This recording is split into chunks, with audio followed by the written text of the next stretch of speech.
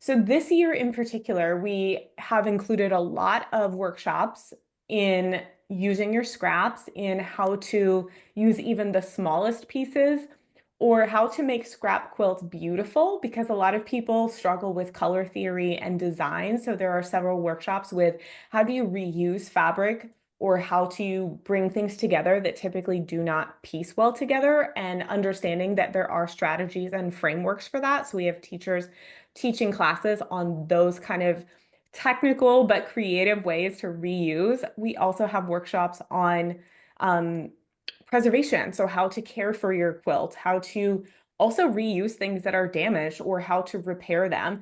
And there are all of these fun, creative ways that you can reimagine beyond just quilting, how to use those type of supplies that you have, or maybe a heirloom quilt or a project that you started and then it didn't just work out the way that you intended. So we've really got some fun workshops that also speak to those parts of our values and our mission for the summit itself.